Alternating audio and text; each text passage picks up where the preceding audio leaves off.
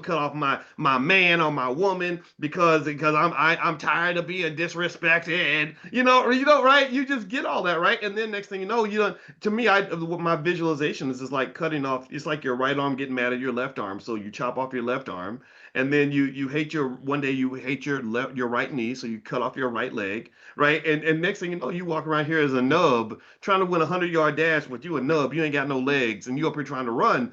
Well, if you keep cutting everything off and you don't actually face the real issue, which could be connected to you play some part in your outcomes, your trauma, everything. If you're not healing and fixing that and learning how to collaborate and work through things with people, you're gonna be out here by yourself and you're gonna lose. So I kind of think going forward, as we sort of look at AI and everything else, I encourage everybody to learn how to get teammates. Did I sound crazy when I just said that? What do you think, Micah?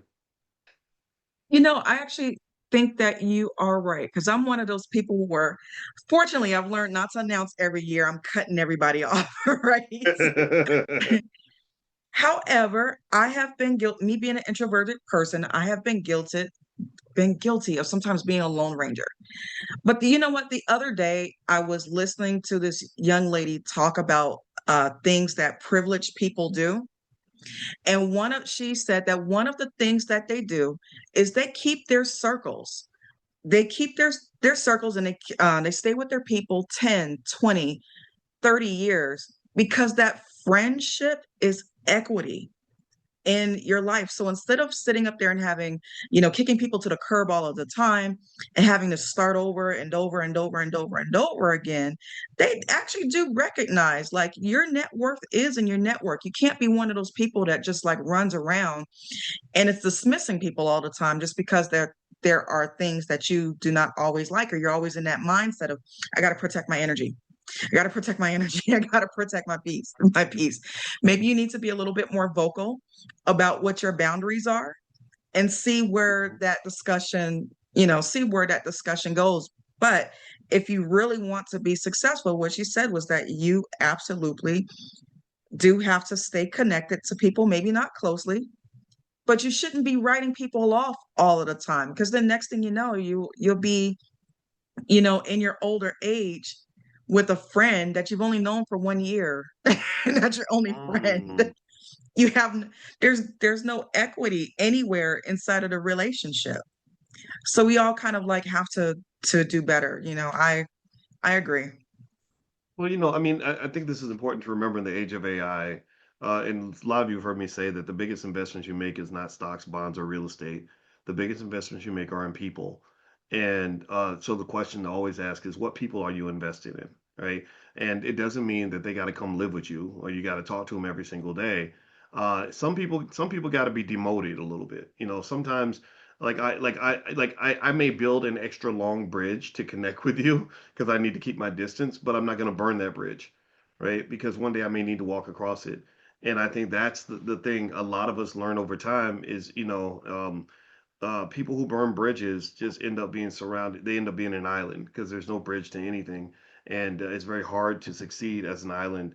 And especially when you're talking about going forward into the age of AI, right? So there's something to learn there. And so, by the way, I want to mention in the comments, Chanel is sharing the link. If you want to join our next stock options cohort in Coin, I'm going to put the link in there again. I think she's been sharing it, but here it is. Oh, there it is, right? So if you want to join our Coin cohort at a discount, I think it's January 8th. Is that the start date, Chanel? If the date is January 8th, if you could put that, confirm that. Okay, she put yes. Yeah, January 8th is when we start. So it's 6 weeks. We meet once a week. We're going to go deep dive into options and get really good at that stuff. So if you're a beginner and you're curious about all the talk about stock options, you can feel free to grab that link that Chanel's putting in the comments. And also, Micah, her site, her platform is AIEmpireSociety.com. So feel free to go to Hmm. AIEmpireSociety.com if you want to get better at AI. Now, one thing I got to do, Micah, is I try to do this every class.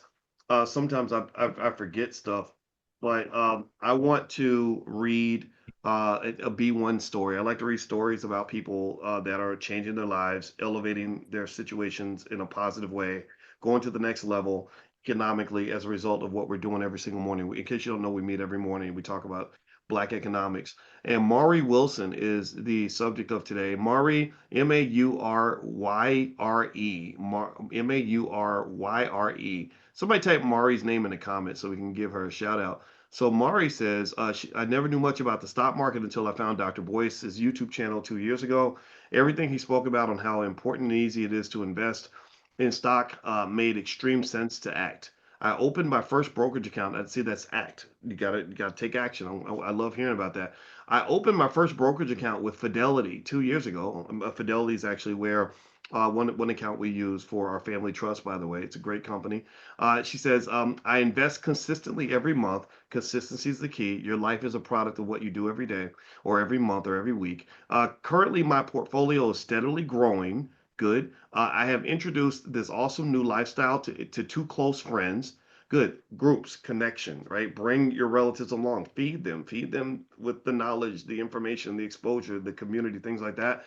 They've been excited about this as I have been. So they're excited. It can be fun. Making money is fun. Do we agree? Can we agree that being financially secure is more fun than being broke all the time? She says, I love it. And I'm so thankful to you, Dr. Boyce. It's been a game changer in my life and all who had listened and followed greatness. Well, thank you for the comments, Maury. And I want to say I appreciate you sharing your B1 story. And so I just wanted you all to hear that because there are real people in here making real changes, and their lives are improving. And this is what I want. I don't just want us to learn things. You got to know the difference between what you learn and what you do, and also the impact of culture on your economic outcomes. I talk about this a lot. I wrote about that in my book, The 10 Commandments of Black Economic Power, Micah. When I was in China, I never forget when me and Alicia went to China in 2019, and we went to different parts of China. We saw thousands of entrepreneurs who were the best salespeople I've ever seen in my life. Super, super assertive, and making money hand over fist. And I said, look at all these hundreds of entrepreneurs lined up here. I said, I bet you almost none of them went to business school, right?